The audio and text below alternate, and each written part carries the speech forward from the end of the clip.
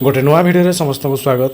ये भिडियो आम city entrance 2025 किसी शिशु मनोविज्ञान सेक्शन क्वेश्चन डिस्कसन करवा। तो जो पिला माने 2025 मसीहा सिटी एंट्रांस दौरान ये भिडियो बहुत हेल्पफुल हम। ए रही किसी सिलेक्टिव क्वेश्चन से क्वेश्चन गुड़िक कौन रही देखी ना। क्यों गुणटी सृजनशीलतार सूचक नुहे? ऑप्शन रे अच्छी चिंतनर मौलिकता, ना केन्द्राभिमुखी चिंतन, ना बाक पटुता, ना नमनीयता।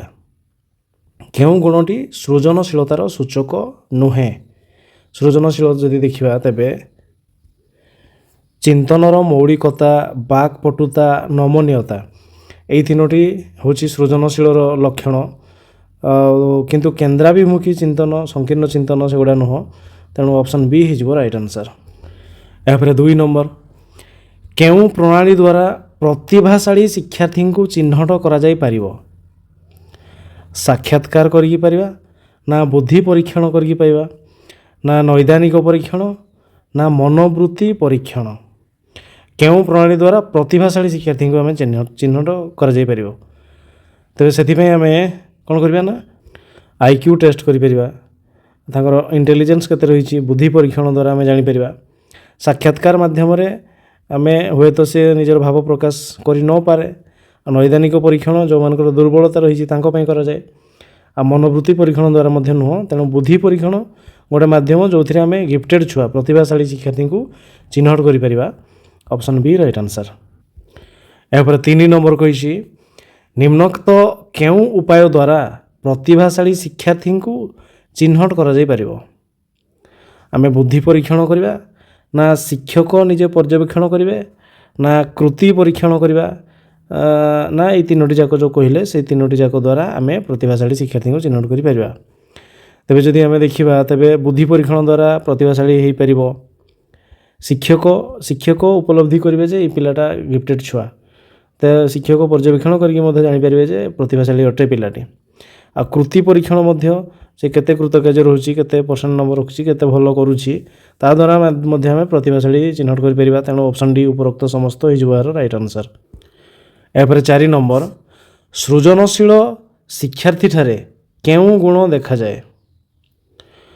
बहुमुखी चिंता करि पारुची, ना तार मौलिकता माने निजर पर्सनल निजर गोटे निर्दिष्ट मौलिकता रोची, माने समस्त से भिन्न प्रकार वक्तव्य दे पारुची बा तार लेखापढ़ार सेमती चिन्हा पड़ुची जे से पिलाटी लिखिची, ना तार स्वाधीन चिंता रोची, ना उपरोक्त समस्त आम कहीपर जे तेरे कौ द्वारा आम शिक्षार्थी केउं गुण देखा जाए जोटा कि प्रतिभाशाली शिक्षार्थी रही। तेबे तांकर बहुमुखी चिंतन रहिबो, तांकर मौलिकता मध्य रहिबो, पर्सनालिटी रहिबो, से स्वाधीन चिंता करेंगे। तेणु उपरोक्त समस्त ऑप्शन डी हो राइट आंसर। 5 नंबर, बुद्ध्यांक बा इंटेलिजेंस कोसेंट आईक्यू विषय सर्वप्रथम किए स्थिर करथिले? बिने, ना साइमन, ना हेलम, ना टर्मान। तेबे आईक्यू से विषयटी प्रथम किए स्थिर करथिले? से होचंती हेलम। Option C right answer. यापर 6 नंबर, निम्नलिखित शिक्षण शैली गुड़िक मध्यरु केउथिरे मस्तिष्क चालना अधिक आवश्यक होता है? पर्यवेक्षण करने द्वारा, ना अनुकरण करने द्वारा, ना स्मरण मन रखा द्वारा, ना आविष्कार भित्तिक पंथा द्वारा मस्तिष्क चालना अधिक होता है। तेज ये 4टी ऑप्शन मध्य मस्तिष्क आम भाविबा चिंतिबा कौन हम कौन नहीं, तो से गुड़िक चिंता करने आमको कौ प्रणालीटा ये 4टी मध्य अधिक आवश्यक। यदि सेगुड़ा देखा पर्यवेक्षण माने जड़े करुच्छी देखु आम देखुचे से मस्तिष्क चलैबार किसी आवश्यक ना। अनुकरण सी कह सी जहाँ करुच्छी आम ताकू देखिकी करुचे, तेणु आमर मुंड भी एत चालू ना। स्मरण भित्तिक से जड़े निर्दिष्ट जिनस गोटे कही से आम मन रखापी चेष्टा करवा, से आमर चिंतन चिंता किसी होना, मस्तिष्क एत कार्यकारी करूना। किंतु आविष्कार भित्तिक जदि देखा तेबे गोटे नुआ जिनस या आम पिला को कहवा गोटे तार देदेबा, सुइच देदेबा कि अलग कौन देदेबा और ये गोटे नुआ जिनस तैयारी कर, तेबे से मुंड अधिक खटेबे ये। तेणु आविष्कार भित्तिक पंथा जो पिलामानकर मस्तिष्क चालना अधिक हम। तेणु ऑप्शन डी हो राइट आंसर। यापर 7 नंबर, ପ୍ରତିଭାବାନ ବିଦ୍ୟାର୍ଥୀମାନଙ୍କର ବୌଦ୍ଧିକ ବିକାଶ ନିମନ୍ତେ ଶିକ୍ଷକ କ'ଣ କରିବା ଉଚିତ? ପ୍ରତିଭାବାନ ବିଦ୍ୟାର୍ଥୀମାନଙ୍କର ବୌଦ୍ଧିକ ବିକାଶ ନିମନ୍ତେ ଅପସନ୍ରେ ଅଛି ଜିଜ୍ଞାସାମୂଳକ ପ୍ରଶ୍ନ ପଚାରିବେ, ସେମାନେ ଚିନ୍ତା କଲା ଭଳିଆ ପ୍ରଶ୍ନ ପଚାରିବେ, ନା କେନ୍ଦ୍ରା ପ୍ରସାରୀ ଚିନ୍ତନ ପାଇଁ ସୁଯୋଗ ଦେବେ, ନା ବିଶ୍ଳେଷଣାତ୍ମକ ଓ ପ୍ରୟୋଗାତ୍ମକ ପ୍ରଶ୍ନ ପଚାରିବେ, ନା ଉପରୋକ୍ତ ଏଇ ତିନୋଟି ଯାକ କରିବେ। ତେବେ ପ୍ରତିଭାବାନ ବିଦ୍ୟାର୍ଥୀମାନଙ୍କର ବୌଦ୍ଧିକ ବିକାଶ ପାଇଁ ଶିକ୍ଷକ ଏଇ ତିନୋଟି ଯାକ କରିପାରିବେ। ତେଣୁ ଅପସନ୍ ଡି ଉପରୋକ୍ତ ସମସ୍ତ ହୋଇଯିବ ରାଇଟ୍ ଆନ୍ସର୍। ଏହାପରେ 8 ନମ୍ବର, ସୃଜନଶୀଳ ବ୍ୟକ୍ତିଙ୍କ ଠାରେ କେଉଁ ଗୁଣଟି ଦେଖାଯାଇ ନଥାଏ? ସୃଜନଶୀଳ ବ୍ୟକ୍ତିଙ୍କ ପାଖରେ କେଉଁଟା ଦେଖାଯିବ ନାହିଁ? ଅଧିକ ସ୍ମରଣ ଶକ୍ତି ତାଙ୍କର ରହିବ, ନା ତାଙ୍କର ମୌଳିକତା ରହିବ, ନା ସେମାନେ ନିର୍ଭର କରିବେ, ନିର୍ଭରଶୀଳତା, ନା ସ୍ୱାଧୀନ ଚିନ୍ତା ତାଙ୍କର ରହିବ। ତେବେ ଏଇ ଚାରୋଟି ମଧ୍ୟରୁ କେଉଁଟା ନଥିବ କହିଛି? ତାଙ୍କର ସ୍ମରଣ ଶକ୍ତି ନଥିବ, ନା ତାଙ୍କର ମୌଳିକତା ନଥିବ, ନା ସେମାନଙ୍କର ନିର୍ଭରଶୀଳତା ନଥିବ, ନା ସ୍ୱାଧୀନ ଚିନ୍ତା ନଥିବ। ତେବେ ଯେଉଁମାନେ ଯେ କେଉଁ ଗୁଣଟି ଦେଖାଯାଇ ନଥାଏ, ତ ଯେଉଁମାନେ ସୃଜନଶୀଳ ବ୍ୟକ୍ତି ବା ପ୍ରତିଭାଶାଳୀ ଯେଉଁମାନେ, ତାଙ୍କ ପାଖରେ କ'ଣ ନା ନିର୍ଭରଶୀଳ ନଥିବ। ତେବେ ସୃଜନଶୀଳ ବ୍ୟକ୍ତି ଆମେ ଜଣକୁ କହିବା ଆମେ ବର୍ଷା ଋତୁ ଚାଲିଛି, ବର୍ଷା ବିଷୟରେ ଗୋଟେ କବିତାଟିଏ ଲେଖ। ସେ ଯଦି 8-10 ଜଣଙ୍କୁ କହିବ ଦେ ଭାଇ ଟିକେ ଲେଖିଦେ, ଦେ ଭାଇ ଟିକେ, ସେ ତାହେଲେ ସୃଜନଶୀଳ ହୋଇପାରିବ ନାହିଁ। ସେ ନିଜେ ଚିନ୍ତା କରିକି ଗୋଟେ ଲେଖିବେ କବିତା। ତ ସେଇ ଟାଇପ୍ର ତାଙ୍କର ନିର୍ଭରଶୀଳ ନଥିବ। Option C right answer. ଏହାପରେ 9 ନମ୍ବର, ଜଣେ ପିଲାର ବୁଦ୍ଧ୍ୟାଙ୍କ 120 ଓ ତା'ର ଶାରୀରିକ ବୟସ 10 ବର୍ଷ ହେଲେ ତା'ର ମାନସିକ ବୟସ କେତେ? 8 ନା 12 ନା 15 ନା 14 ବର୍ଷ? ତେବେ ବୁଦ୍ଧ୍ୟାଙ୍କ ଆଇକ୍ୟୁ ଆମର କେମିତି ବାହାରେ? ନା mental age Bai chronological age ବା ଆକ୍ଚୁଆଲ ଏଜ୍ ଯେଉଁଟା ଇଣ୍ଟୁ 100, ଏତିକି। ତେବେ ଆଇକ୍ୟୁ ଦେଇଛି, ଆଇକ୍ୟୁ ହେଉଛି 120, ମେଣ୍ଟାଲ ଏଜ୍ ନାହିଁ, କିନ୍ତୁ କ୍ରୋନୋଲୋଜିକାଲ ଏଜ୍ ହେଉଛି 10, ତାପରେ ଇଣ୍ଟୁ 100 କରିବା। ତେବେ ଏଇ ମେଣ୍ଟାଲ ଏଜ୍ କେମିତି ବାହାରିବ? ନା ଏ 10 ସେପଟେ ଗୁଣନ ହେବ, 100 ହରଣ ହେବ କେତେ? ନା 120 ଗୁଣନ 10 ବିଭକ୍ତ କେତେ? 100। ଏଇ ଦୁଇଟା ଶୂନ କଟିବ କ୍ୟାନସେଲ୍। ତେବେ ରହିଲା କିଏ? ନା 12। ତେବେ ତା'ର ମାନସିକ ବୟସ ହେଉଛି 12 ବର୍ଷ। Option B right answer. ଏହାପରେ 10 ନମ୍ବର, ପ୍ରତିଭାବାନ ଶିକ୍ଷାର୍ଥୀମାନଙ୍କର ବୌଦ୍ଧିକ ବିକାଶ ନିମନ୍ତେ ଶିକ୍ଷକ କ'ଣ କରିବା ଉଚିତ ନୁହେଁ, କ'ଣ କରିବେ ନାହିଁ? ଅପସନ୍ ଅଛି କେନ୍ଦ୍ରା ପ୍ରସାରୀ ଚିନ୍ତନ ପାଇଁ ସୁଯୋଗ ଦେବେ, ସେଇଟା କରିବେ ନାହିଁ, ନା ବିଶ୍ଳେଷଣାତ୍ମକ ପ୍ରଶ୍ନ ପଚାରିବେ ନାହିଁ, ନା ଗୋଟିଏ ଶିକ୍ଷାବର୍ଷରେ 2ଟି ଶ୍ରେଣୀକୁ ଉତ୍ତୀର୍ଣ୍ଣ କରିବେ ନାହିଁ, ନା ଜ୍ଞାନ ଭିତ୍ତିକ ପ୍ରଶ୍ନ ପଚାରିବେ ନାହିଁ। ତେବେ ପ୍ରତିଭାବାନ ଶିକ୍ଷାର୍ଥୀଙ୍କର ବୌଦ୍ଧିକ ବିକାଶ ନିମନ୍ତେ ଶିକ୍ଷକ କ'ଣ କରିବା ଉଚିତ ନୁହଁ? ବୌଦ୍ଧିକ ବିକାଶ ମାନେ ତାଙ୍କର ମାନସିକ ବିକାଶ ବଢ଼ାଇବା ପାଇଁ କେନ୍ଦ୍ରା ପ୍ରସାରୀ ଚିନ୍ତନ ପାଇଁ ସୁଯୋଗ ଦେବେ। ତେବେ ନିହାତି ଶିକ୍ଷକ ତାଙ୍କୁ ତାଙ୍କର ଚିନ୍ତନକୁ ବୃଦ୍ଧି କରିବା ପାଇଁ ସେ ବିଭିନ୍ନ ପ୍ରଶ୍ନ ପଚାରିବେ, ବିଶ୍ଳେଷଣାତ୍ମକ ପ୍ରଶ୍ନ ବି ପଚାରିବେ, ଗୋଟିଏ ଶିକ୍ଷାବର୍ଷରେ 2ଟି ଶ୍ରେଣୀକୁ ଉତ୍ତୀର୍ଣ୍ଣ କରିବେ।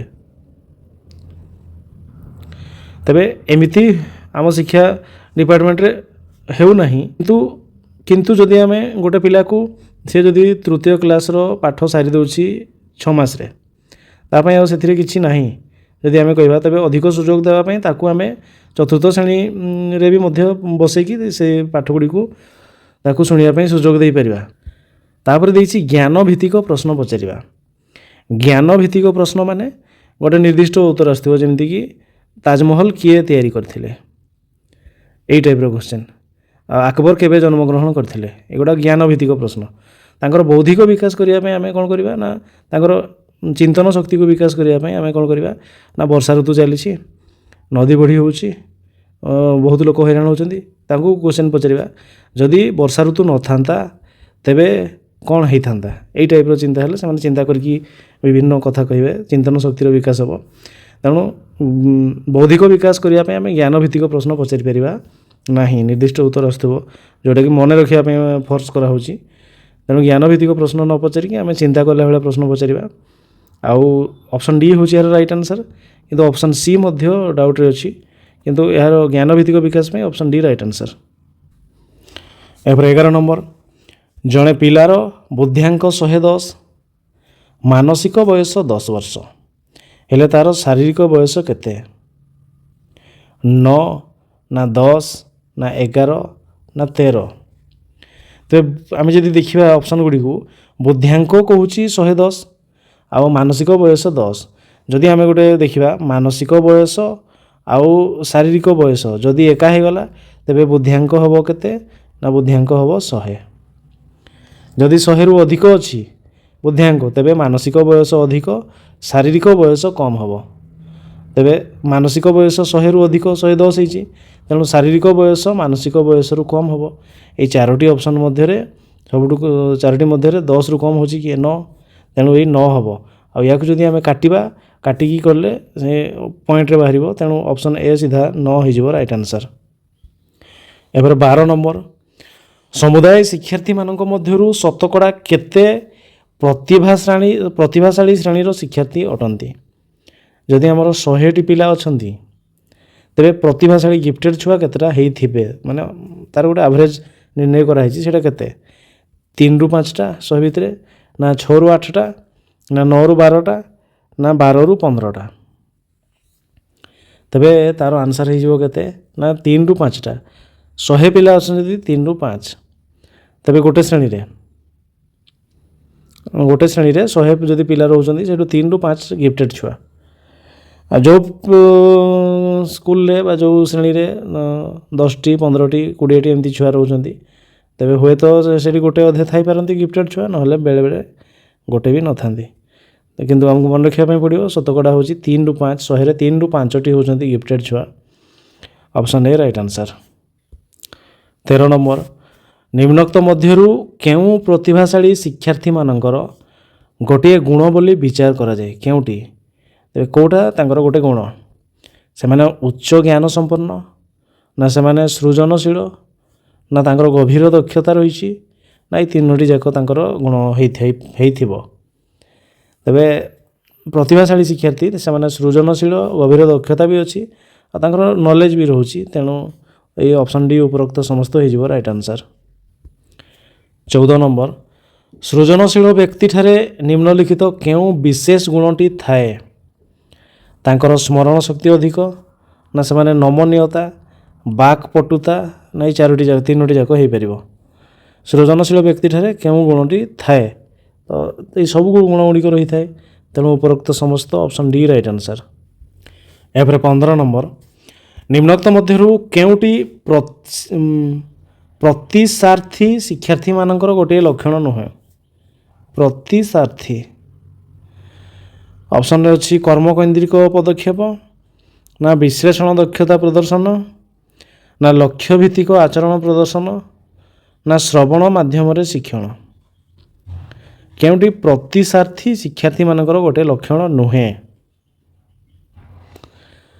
ଯଦି ଦେଖିବା ତେବେ ସେମାନେ କର୍ମ ମାଧ୍ୟମରେ କର୍ମକୈନ୍ଦ୍ରିକ ପଦକ୍ଷେପ ଠିକ୍ ଅଛି, ବିଶ୍ଳେଷଣ ଦକ୍ଷତା ପ୍ରଦର୍ଶନ ବି ଠିକ୍ ଅଛି, ଲକ୍ଷ୍ୟଭିତ୍ତିକ ଆଚରଣ ପ୍ରଦର୍ଶନ ଇଏ ବି ଠିକ୍ ଅଛି। ଆଉ ଗୋଟେ ଦେଇଛି ଶ୍ରବଣ ମାଧ୍ୟମରେ ଶିକ୍ଷଣ, ଆମେ ତାଙ୍କୁ କହିବା ସେମାନେ ଖାଲି ଶୁଣି ଶୁଣି ମନେ ରଖିବେ, ତାହା ନୁହଁ, ତେଣୁ ଅପସନ୍ ଡି ହେଇଯିବ ଏହି ପ୍ରଶ୍ନ ଅନୁସାରେ ରାଇଟ୍ ଆନ୍ସର୍। 16 ନମ୍ବର, ବ୍ୟକ୍ତି ସମସ୍ୟାର ସମାଧାନ ପାଇଁ ବାରମ୍ବାର ଚିନ୍ତା କରିଥାଏ ଏବଂ ବେଳେବେଳେ ଅନେକ ସମୟ ଧରି କାର୍ଯ୍ୟରେ ଲାଗିପଡ଼େ। ଏହା ସୃଜନଶୀଳ ଚିନ୍ତନର କେଉଁ ସ୍ତର ଘଟିଥାଏ? ପ୍ରସ୍ତୁତି, ନା ଅଧିପାଳନ, ନା ଅନୁପ୍ରେରଣ, ନା ସତ୍ୟତା ନିରୂପଣ? ତେବେ ସମସ୍ୟାର ସମାଧାନ ପାଇଁ ବାରମ୍ବାର ଚିନ୍ତା କରିଥାଏ ଏବଂ ବେଳେବେଳେ ଅନେକ ସମୟ ଧରି କାର୍ଯ୍ୟରେ ଲାଗିପଡ଼େ। ତେବେ ଏଇଟା ହେଉଛି କେଉଁ ଷ୍ଟେଜ୍? ନା ଇଏ ହେଉଛି କ'ଣ? ନା ପ୍ରସ୍ତୁତି ନୁହଁ, ଏଇଟା ହେଉଛି ଅଧିପାଳନ। Option B right answer. ଏହାପରେ 17 ନମ୍ବର, ନିମ୍ନୋକ୍ତ ମଧ୍ୟରୁ କେଉଁଟି ପ୍ରତିଭାଶାଳୀ ଶିକ୍ଷାର୍ଥୀମାନଙ୍କର ଶାରୀରିକ ଲକ୍ଷଣ ନୁହେଁ? ଅପସନ୍ରେ ଅଛି ଓଜନ ଅଧିକ, ନା ଅଧିକ ସ୍ୱାସ୍ଥ୍ୟ ସମ୍ପନ୍ନ, ନା ପ୍ରସାରିତ କାନ୍ଧ ଏବଂ ବକ୍ଷ, ନା ଶୀଘ୍ର କଥା କହିପାରନ୍ତି? କେଉଁଠି ପ୍ରତିଭାଶାଳୀ ଶିକ୍ଷାର୍ଥୀମାନଙ୍କର ଶାରୀରିକ ଲକ୍ଷଣ ନୁହେଁ?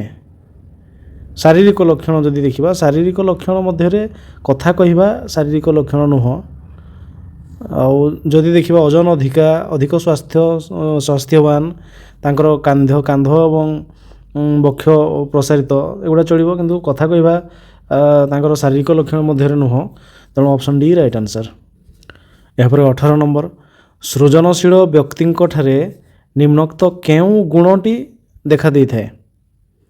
ସୃଜନଶୀଳ ବ୍ୟକ୍ତି ଅଧିକ ସ୍ମରଣ ଶକ୍ତି, ତାଙ୍କର ମୌଳିକତା ଅଛି, ସ୍ୱାଧୀନ ଚିନ୍ତା ମଧ୍ୟ ଅଛି। ତେଣୁ ଉପରୋକ୍ତ ସମସ୍ତ ଅପସନ୍ ଡି ହେଇଯିବ ରାଇଟ୍ ଆନ୍ସର୍। 19 ନମ୍ବର, ଶିଶୁର ଧାରଣ ଶକ୍ତି ବଢ଼ାଇବା ପାଇଁ ଶିକ୍ଷକ କ'ଣ କରିବେ ନାହିଁ? ଶିଶୁ ଶିଖିବା ପାଇଁ ଚାହୁଁଥିଲେ ଶିଖାଇବେ, ନା ଶିଶୁର ଶିକ୍ଷଣ ବସ୍ତୁକୁ ବାରମ୍ବାର ଅଭ୍ୟାସ କରାଇବେ, ନା ଶିକ୍ଷଣକୁ ବୋଧଗମ୍ୟତା ସ୍ତରକୁ ନେବେ, ନା ଥରେ ଶିଖିଲା ପରେ ପୁନରାବୃତ୍ତି କରିବେ ନାହିଁ? ଶିଶୁର ଧାରଣ ଶକ୍ତି ବଢ଼ାଇବା ପାଇଁ ଶିକ୍ଷକ କ'ଣ କରିବେ ନାହିଁ? ଯଦି ଆମେ ଦେଖିବା, ଯଦି ଚାହୁଁଛି ଶିଶୁ ତାକୁ ଶିଖେଇବା, ବାରମ୍ବାର ବି ଅଭ୍ୟାସ କରିବା, ଶିକ୍ଷଣକୁ ବୋଧଗମ୍ୟ ବୁଝିବା ପର୍ଯ୍ୟନ୍ତ ତାକୁ ସେଇ ଲେବୁଲ୍ ପର୍ଯ୍ୟନ୍ତ ନେଇକି ଯିବା, ଆଉ ଥରେ ଶିଖେଇଲା ପରେ ଆଉ କରିବା ନାହିଁ, ଏହା ଠିକ୍ ନୁହଁ। ଆହୁରି ମଝିରେ ମଝିରେ କରିବା ଉଚିତ, ପୁନର୍ବର୍ଣ୍ଣନ କରିବା ଉଚିତ। ଅପସନ୍ ଡି ତେବେ କରିବା ନୁହଁ, ଏଣୁ ଏହା ହେଇଯିବ ଏହାର ରାଇଟ୍ ଆନ୍ସର୍। ଏହାପରେ 20 ନମ୍ବର, ନିମ୍ନୋକ୍ତ ମଧ୍ୟରୁ କେଉଁଟି ସୃଜନଶୀଳ ଚିନ୍ତନର ସ୍ୱରୂପ ନୁହେଁ? ଅପସନ୍ରେ ଅଛି ଏକ ମାନସିକ ଗୁଣ, ନା ସୃଜନଶୀଳତା ଓ ବୁଦ୍ଧି ମଧ୍ୟରେ ଅନୁବନ୍ଧ ଥାଏ, ତାପରେ ମୌଳିକ ଅଭିନବ, ଆଉ ସମସ୍ତଙ୍କ ପାଖରେ ଅଳ୍ପ ବହୁତ ଥାଏ ସୃଜନଶୀଳ। ତେବେ କେଉଁଟା ସୃଜନଶୀଳ ଚିନ୍ତନର ସ୍ୱରୂପ ନୁହେଁ? ଯଦି ଦେଖିବା ସୃଜନଶୀଳ ଚିନ୍ତା ମାନସିକ ଗୁଣ ଠିକ୍ ଅଛି, ଏଥିରେ ମୌଳିକ ଅଛି, ଅଭିନବ ବି ରହିଛି, ସମସ୍ତଙ୍କ ପାଖରେ କିଛି ନା କିଛି ରହିଛି। ଆଉ ସୃଜନଶୀଳତା ଏବଂ ବୁଦ୍ଧି ମଧ୍ୟରେ ଅନୁବନ୍ଧ ଥାଏ, ଏହା ଠିକ୍ ନୁହଁ। ତେଣୁ ଅପସନ୍ ବି ହେଇଯିବ ରାଇଟ୍ ଆନ୍ସର୍। ଏହାପରେ 21 ନମ୍ବର, ନିମ୍ନୋକ୍ତ ମଧ୍ୟରୁ କେଉଁଟି ସୃଜନଶୀଳ ଚିନ୍ତନର ଏକ ସ୍ତର ଅଟେ? ପ୍ରସ୍ତୁତି ସ୍ତର, ନା ଅଧିପାଳନ, ନା ଅନୁପ୍ରେରଣ, ନା ସବୁଗୁଡ଼ିକ? ସୃଜନଶୀଳ ଚିନ୍ତନର ଗୋଟେ ସ୍ତର ଅଟେ, ତେବେ ତାହା ହେଇଯିବ କ'ଣ ନା ପ୍ରସ୍ତୁତି ଅଛି, ତାପରେ ଅଧିପାଳନ, ତାପରେ ଯାଇକି ଅନୁକରଣ। ତେଣୁ এই ସବୁଗୁଡ଼ିକ ଅପସନ୍ ଡି ରାଇଟ୍ ଆନ୍ସର୍। ଏହାପରେ 22 ନମ୍ବର, ନିମ୍ନୋକ୍ତ ମଧ୍ୟରୁ କାହା ଉପରେ ସୃଜନଶୀଳତା ପରିବେଷ୍ଟିତ? ନୂତନତା, ନା ସଂକ୍ଷିପ୍ତତା, ନା ସ୍ପଷ୍ଟତା ଏବଂ ସରଳତା, ନା ମୌଳିକ ଏବଂ ନୂତନ ଚିନ୍ତାଧାରା? କାହା ଉପରେ ସୃଜନଶୀଳତା ପରିବେଷ୍ଟିତ? ସୃଜନଶୀଳତା ତେବେ କେଉଁଟାକୁ କହିବା ନା ସେଥିରେ ନୂତନ ଚିନ୍ତାଧାରା ଥିବ, ମୌଳିକତା ଥିବ। ଅପସନ୍ ଡି ତେବେ ରାଇଟ୍ ଆନ୍ସର୍। ଏହାପରେ 23 ନମ୍ବର, ନିମ୍ନୋକ୍ତ ମଧ୍ୟରୁ କେଉଁଟି ସୃଜନଶୀଳତାର ଏକ ଉଦାହରଣ ନୁହେଁ? ଅପସନ୍ରେ ଅଛି ନ୍ୟୁଟନଙ୍କ ମାଧ୍ୟାକର୍ଷଣ ତତ୍ତ୍ୱ ଆବିଷ୍କାର, ତାପରେ ଦେଇଛି ମାର୍କୋନିଙ୍କ ରେଡ଼ିଓ ଉଦ୍ଭାବନ, ତାପରେ ବହିରେ ଲେଖାଥିବା ନିର୍ଦ୍ଦିଷ୍ଟ ପ୍ରସଙ୍ଗକୁ ଦେଖିକି ଲେଖିଦେବା, ନା ଜନ୍ ବଏଡ଼ଙ୍କ ଦୂରଦର୍ଶନ ଉଦ୍ଭାବନ? ତେବେ କେଉଁଟା ସୃଜନଶୀଳତା ନୁହଁ? ଯଦି ସୃଜନଶୀଳ ଦେଖିବା, ତେବେ ଏଥିରେ ଗୋଟେ ଅପସନ୍ରେ ଅଛି ନା ବହିରୁ ଦେଖିକି ଆମେ ଲେଖିବା, ତାହା କୌଣସି ସୃଜନଶୀଳ ହେଉନାହିଁ। ତେଣୁ ଅପସନ୍ ସି ହେଇଯିବ ରାଇଟ୍ ଆନ୍ସର୍, ଯେଉଁଟାକି ସୃଜନଶୀଳ ନୁହଁ। ଆଉ ବିଭିନ୍ନ ଜିନିଷ ଆବିଷ୍କାର କରିବା, ସେଗୁଡ଼ା ସୃଜନଶୀଳତା ଅଟେ। ତେଣୁ ଏହି ପ୍ରଶ୍ନ ଅନୁସାରେ option C right answer. 24 number, ଚିନ୍ତନ ପ୍ରକ୍ରିୟା କେତେ ପ୍ରକାରର? 2, ନା 3, ନା 4, ନା 5? ଚିନ୍ତନ ପ୍ରକ୍ରିୟା 2 ପ୍ରକାର। Option A right answer. ଏପରେ 25 ନମ୍ବର, କେଉଁ ଚିନ୍ତନ ଶକ୍ତିଟି ଏକ ନିର୍ଦ୍ଦିଷ୍ଟ ଦିଗରେ ପରିଚାଳିତ ହୋଇଥାଏ? ବିକ୍ଷିପ୍ତ, ନା କେନ୍ଦ୍ରାଭିମୁଖୀ, ନା ସରଳ, ନା ଜଟିଳ? ତେବେ କେଉଁ ଚିନ୍ତନଟି ନିର୍ଦ୍ଦିଷ୍ଟ ଦିଗରେ ପରିଚାଳିତ ହୁଏ? ତାର ଆନ୍ସର୍ ହେଇଯିବ କ'ଣ ନା ନିର୍ଦ୍ଦିଷ୍ଟ ଦିଗରେ କେନ୍ଦ୍ରାଭିମୁଖୀ ଚିନ୍ତ। ଅପସନ୍ ବି ହେଇଯିବ ରାଇଟ୍ ଆନ୍ସର୍। 26 ନମ୍ବର, ବିଭିନ୍ନ ଦିଗରେ ପରିଚାଳିତ ଚିନ୍ତନକୁ ଡ୍ୟାସ୍ କୁହାଯାଏ? ବିକ୍ଷିପ୍ତ ଚିନ୍ତନ, ନା କେନ୍ଦ୍ରାଭିମୁଖୀ ଚିନ୍ତନ, ନା ପ୍ରକୃତ ଚିନ୍ତନ, ନା ଜଟିଳ ଚିନ୍ତନ? ବିଭିନ୍ନ ଦିଗରେ ପରିଚାଳିତ ଚିନ୍ତନକୁ କ'ଣ କହିବା? ତେବେ ତାର ଆନ୍ସର୍ ହେଇଯିବ ବିକ୍ଷିପ୍ତ ଚିନ୍ତନ କହିବା। Option A right answer. 27 number, କେଉଁଟି ସୃଜନଶୀଳତାର ସ୍ୱରୂପରେ ଅନ୍ତର୍ଭୁକ୍ତ ନୁହେଁ? ଅପସନ୍ରେ ଅଛି ଏହା ଏକ ମାନସିକ ଗୁଣ, ଦେଇଛି ସୃଜନଶୀଳତା ଓ ବୁଦ୍ଧି ମଧ୍ୟରେ ଅନୁବନ୍ଧ ନଥାଏ, ତାପରେ ଦେଇଛି ଚିନ୍ତାଧାରାରେ ଥିବା ତ୍ରୁଟି, ନା ସମସ୍ୟା ନୂତନ ଏବଂ ମୌଳିକ ହୋଇଥିଲେ? କେଉଁଠି ସୃଜନଶୀଳତାର ସ୍ୱରୂପରେ ଅନ୍ତର୍ଭୁକ୍ତ ନୁହେଁ? ଯଦି ଦେଖିବା ତେବେ ସୃଜନଶୀଳତା ତ ଏହା ଗୋଟେ ମାନସିକ ଗୁଣ, ଠିକ୍ ଅଛି। ସୃଜନଶୀଳତା ଓ ବୁଦ୍ଧି ମଧ୍ୟରେ ଅନୁବନ୍ଧ ନଥାଏ, କାରଣ କମ୍ ଗୋଟେ ନିର୍ଦ୍ଦିଷ୍ଟ ବିଷୟରେ ବୁଦ୍ଧି ନଥିଲେ ମଧ୍ୟ ତାଙ୍କ ଭିତରେ ସୃଜନଶୀଳତା ରହିଥିବ। ତାପରେ କହିଛି ଚିନ୍ତାଧାରାରେ ଥିବା ତ୍ରୁଟି, ଏଇ ତ୍ରୁଟି ସୃଜନଶୀଳତା ମଧ୍ୟରେ ଆସିବ ନାହିଁ। ଆଉ ଗୋଟେ ଦେଇଛି ସମସ୍ୟାଟି ନୂତନ ଓ ମୌଳିକ ହୋଇଥିଲେ ମଧ୍ୟ ସୃଜନଶୀଳତା ଅନ୍ତର୍ଭୁକ୍ତ ହେବ, କିନ୍ତୁ ଅପସନ୍ ସି ଠିକ୍ ନୁହଁ, ତେଣୁ option C right answer. 28 number, ନିମ୍ନୋକ୍ତ ମଧ୍ୟରୁ କେଉଁଟିରେ ସୃଜନଶୀଳତା ପରିପ୍ରକାଶ ପାଇ ନଥାଏ? ବାକ୍ପଟୁତାରେ, ନା ନମନୀୟତାରେ, ନା ବିସ୍ତାରଣରେ, ନା ନୈରାଶ୍ୟ ଭାବରେ? କେଉଁଟିରେ ସୃଜନଶୀଳତା ପରିପ୍ରକାଶ ପାଇ ନଥାଏ? କେଉଁଥିରେ? ନା ସୃଜନଶୀଳତା ଯଦି ଦେଖିବା ତାଙ୍କର ବାକ୍ପଟୁତା ଥିବ, କଥା କହିପାରୁଥିବେ, ନମନୀୟତା ଥିବ, ସେମାନେ ବିସ୍ତାରିତ ରୂପରେ ବିଭିନ୍ନ ଜିନିଷ କହିପାରୁଥିବେ, ବିସ୍ତାରଣ, କିନ୍ତୁ ନୈରାଶ୍ୟ ଭାବନା ସେଥିରେ ନଥିବ, ତେଣୁ ଅପସନ୍ ଡି ହେଇଯିବ ରାଇଟ୍ ଆନ୍ସର୍। 29 ନମ୍ବର, ସୃଜନଶୀଳ ପିଲାମାନଙ୍କଠାରେ ନିମ୍ନୋକ୍ତ କେଉଁ ଚିନ୍ତନ ଶକ୍ତି ଅଧିକ ଥାଏ? କେନ୍ଦ୍ରାଭିମୁଖୀ ଚିନ୍ତନ, ନା ବିକ୍ଷିପ୍ତ ଚିନ୍ତନ, ନା ପ୍ରକୃତ ଚିନ୍ତନ, ନା ଜଟିଳ ଚିନ୍ତନ? ସୃଜନଶୀଳ ପିଲାମାନଙ୍କଠାରେ କେଉଁ ଚିନ୍ତନ ଅଧିକ ଥାଏ? ତେବେ ସୃଜନଶୀଳ ପିଲାମାନଙ୍କଠାରେ ଅଧିକ ଚିନ୍ତନ ଶକ୍ତି ଅଧିକ ଥାଏ କେଉଁ ପିଲାମାନଙ୍କର? ନା କେନ୍ଦ୍ରାଭିମୁଖୀ ଚିନ୍ତନ ଅଧିକ ଥାଏ, ନା ବିକ୍ଷିପ୍ତ, ନା ପ୍ରକୃତ, ନା ଜଟିଳ? ତେବେ ଆମେ ଯଦି ଦେଖିବା ସୃଜନଶୀଳ ପିଲାମାନଙ୍କଠାରେ ବିକ୍ଷିପ୍ତ ଚିନ୍ତାଧାରା ତାଙ୍କର ଅଧିକ ରହିବ, ତେଣୁ ଅପସନ୍ ବି ହେଇଯିବ ରାଇଟ୍ ଆନ୍ସର୍। ସେମାନେ ଇଆଡ଼ୁ ସିଆଡ଼ୁ ବିଭିନ୍ନ ଜିନିଷ ଚିନ୍ତା କରି ପକାଇବେ, ତା'ର ଆନ୍ସର୍ ପାଇବା ପାଇଁ ଚେଷ୍ଟା କରିବେ, ଏଗୁଡ଼ା option B right answer. 30 number, ଟେଲରଙ୍କ ମତରେ ସୃଜନଶୀଳ ବ୍ୟକ୍ତିଙ୍କଠାରେ ନିମ୍ନୋକ୍ତ କେଉଁ ବିଶେଷ ଗୁଣ ଦେଖାଯାଇଥାଏ? ସେମାନେ ଅଧିକ ବୁଦ୍ଧି ଥାଏ ତାଙ୍କର, ନା ଉତ୍ପାଦନଶୀଳତା ଅଧିକ, ନା ଅଧିକ ସ୍ମରଣ ଶକ୍ତି, ନା ଅଧିକ ସ୍ୱାଧୀନ ଚିନ୍ତା? କେଉଁ ଗୁଣଟି ଅଧିକ ବିଶେଷ ଗୁଣଟି ଦେଖାଯାଇଥାଏ? ତେବେ ତା'ର ଆନ୍ସର୍ ହେଇଯିବ ଅଧିକ ସ୍ମରଣ ଶକ୍ତି ମଧ୍ୟ ତାଙ୍କର ଥାଏ, ଅପସନ୍ ସି ହେଇଯିବ ରାଇଟ୍ ଆନ୍ସର୍। ଏହାପରେ 31 ନମ୍ବର, ପ୍ରଫେସର କୈଳାସ ଚନ୍ଦ୍ର ପଣ୍ଡାଙ୍କ ମତରେ ସୃଜନଶୀଳ ବ୍ୟକ୍ତିଠାରେ ନିମ୍ନୋକ୍ତ କେଉଁ ବିଶେଷ ଗୁଣ ଦେଖାଯାଏ? ଅଧିକ ବୁଦ୍ଧି, ନା ନମନୀୟତା, ନା ବାକ୍ପଟୁତା, ନା ଅଧିକ ସ୍ମରଣ ଶକ୍ତି? ପ୍ରଫେସର କୈଳାସ ଚନ୍ଦ୍ର ପଣ୍ଡା ତାଙ୍କ ମତରେ କେଉଁ ଗୁଣଟି ଅଧିକ ଦେଖାଯାଏ? ତ ତାହା ହେଇଯିବ କିଏ? ନା ତାଙ୍କର ଅଧିକ ବୁଦ୍ଧି ରହିଥାଏ, ଅପସନ୍ ଏ ହେଇଯିବ ରାଇଟ୍ ଆନ୍ସର୍। ଏହାପରେ 32, ନିଜର କାର୍ଯ୍ୟ ଓ ଅନ୍ୟମାନଙ୍କର କାର୍ଯ୍ୟକଳାପର ତୁଳନା ପାଇଁ ପ୍ରବୃତ୍ତି ଭଳି ଏକ ବିଶେଷ ଗୁଣ ସୃଜନଶୀଳ ବ୍ୟକ୍ତିଙ୍କଠାରେ ଦେଖାଯାଏ। ଏହା କେଉଁ ମନୋବିଜ୍ଞାନୀଙ୍କ ମତ? ତେବେ ନିଜର କାର୍ଯ୍ୟ ଅନ୍ୟମାନଙ୍କର କାର୍ଯ୍ୟକଳାପର ତୁଳନା ପାଇଁ ପ୍ରବୃତ୍ତି ଭଳି ଏକ ବିଶେଷ ଗୁଣ ସୃଜନଶୀଳ ବ୍ୟକ୍ତିଙ୍କଠାରେ ଦେଖାଯାଇଥାଏ। ତେବେ ଏହି କଥାଟି କହିଥିବା ବ୍ୟକ୍ତିଙ୍କର ନାମ ହେଉଛି ଅପସନ୍ରେ ଅଛି ଜି ୱାଲ୍ସ, ନା ଟେଲର, ନା କୈଳାସ ଚନ୍ଦ୍ର ପଣ୍ଡା, ନା କ୍ଲାର୍କ? ତେବେ ତା'ର ଆନ୍ସର୍ ହେଇଯିବ କ'ଣ? ନା ଏଇ କଥାଟି କହିଥିବା ବ୍ୟକ୍ତି ହେଉଛନ୍ତି Taylor, option B right answer. ଏହାପରେ 33, ମାନସିକ କାର୍ଯ୍ୟକୁ ପସନ୍ଦ କରିବା ଭଳି ଏକ ବିଶେଷ ଗୁଣ ସୃଜନଶୀଳ ବ୍ୟକ୍ତିଠାରେ ପରିପ୍ରକାଶ ହୋଇଥାଏ। ଏହା କେଉଁ ମନୋବିଜ୍ଞାନୀଙ୍କ ମତ? କୈଳାସ ଚନ୍ଦ୍ର ପଣ୍ଡା, ନା ଟେଲର, ନା ଜି ୱାଲ୍ସ, ନା କ୍ଲାର୍କ? ମାନସିକ କାର୍ଯ୍ୟକୁ ପସନ୍ଦ କରିବା ଭଳି ଏକ ବିଶେଷ ଗୁଣ ସୃଜନଶୀଳ ବ୍ୟକ୍ତିଙ୍କଠାରେ ପରିପ୍ରକାଶ ହୋଇଥାଏ। ତେବେ ଏହି କଥାଟି କହିଥିବା ବ୍ୟକ୍ତି ହେଉଛନ୍ତି କିଏ? ନା Kailash Chandra Panda, option A right answer. ଏହାପରେ 34 ନମ୍ବର, ନିମ୍ନୋକ୍ତ ମଧ୍ୟରୁ ପ୍ରଥମେ କିଏ ବୁଦ୍ଧି ପରୀକ୍ଷଣ ଉପରେ ଗୁରୁତ୍ୱ ଦେଇଥିଲେ? ଅପସନ୍ରେ ଅଛି ଆଲଫ୍ରେଡ୍ ବିନେଟ୍, ନା ରୁସୋ, ନା ଫ୍ରବେଲ୍, ନା କ୍ଲାର୍କ? ତେବେ ତା'ର ଆନ୍ସର୍ ହେଇଯିବ କିଏ? ନା ସେ ହେଉଛନ୍ତି Alfred Binet, option A right answer. 35 number, ପ୍ରତିଭାଶାଳୀ ଶିକ୍ଷାର୍ଥୀଙ୍କ ପରିମାଣ ଡ୍ୟାସ୍? ତେବେ ତାହା ହେଇଯିବ କେତେ? ନା ତାହା ହେଉଛି 3 ରୁ 5 ଶତକଡ଼ା, ଅପସନ୍ ବି ରାଇଟ୍ ଆନ୍ସର୍। ଏହାପରେ 36, ପ୍ରତିଭାଶାଳୀ ଶିକ୍ଷାର୍ଥୀଙ୍କ ବୁଦ୍ଧ୍ୟାଙ୍କ ଡ୍ୟାସ୍? 137 ବା ତଦୁର୍ଦ୍ଧ, ନା 135 ବା ତଦୁର୍ଦ୍ଧ, ନା 130 ବା ତଦୁର୍ଦ୍ଧ, ନା 125 ବା ତଦୁର୍ଦ୍ଧ? ତେବେ ତା'ର ଆନ୍ସର୍ ହେଇଯିବ କେତେ? ନା ତାହା ହେଇଯିବ 130 ବା ତାଠୁ ଅଧିକ, ଅପସନ୍ ସି ରାଇଟ୍ ଆନ୍ସର୍। ଏହାପରେ 37 ନମ୍ବର, ନିମ୍ନୋକ୍ତ ମଧ୍ୟରୁ କେଉଁଟି ପ୍ରତିଭାଶାଳୀ ଶିକ୍ଷାର୍ଥୀଙ୍କର ଏକ ଲକ୍ଷଣ ଅଟେ?